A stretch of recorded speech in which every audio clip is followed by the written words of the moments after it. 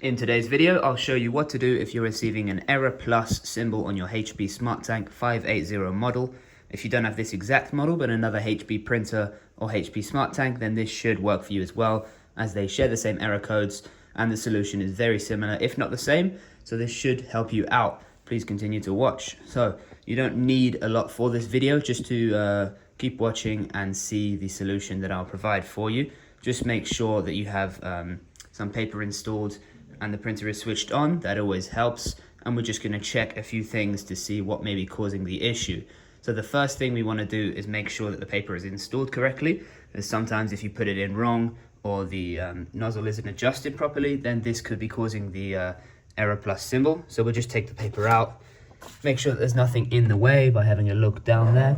And you can see it's all clear. Double check as well that the slider is set to the right setting. So at the moment it's at A4, which is exactly where we want it to put the A4 paper in. Of course, if you're using a different size of paper, just make sure that you adjust it accordingly to set it to the different dials. So that is okay. We can go ahead and put the paper back in, making sure that it's all together and there's no paper sticking out on the sides. And that is exactly what it should look like. It's roughly halfway along the page of the paper goes into the machine. So we can leave that alone now.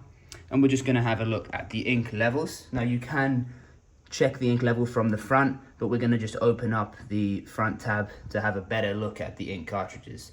So you just hold that little slide there and it will open up. And we can just have a look here, check each ink level one by one, and you can see that they're all full. The black is slightly lower, as machines uses a bit more black than the other individual colors. So just keep an eye on that. You may need to top it up at some point.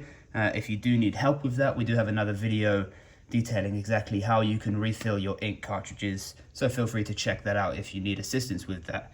Now, whilst the front tab is open, we can just have another look inside of the printer to make sure that there's nothing else, for example, a paper jam that could be causing an issue, and that there's nothing wrong with the ink cartridges.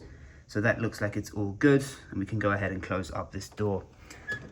There you are. Now, this looks like there shouldn't be any issues with the printer, but just to be safe, we're going to do a reset of the entire machine and then turn it back on and see if it still displays the error code.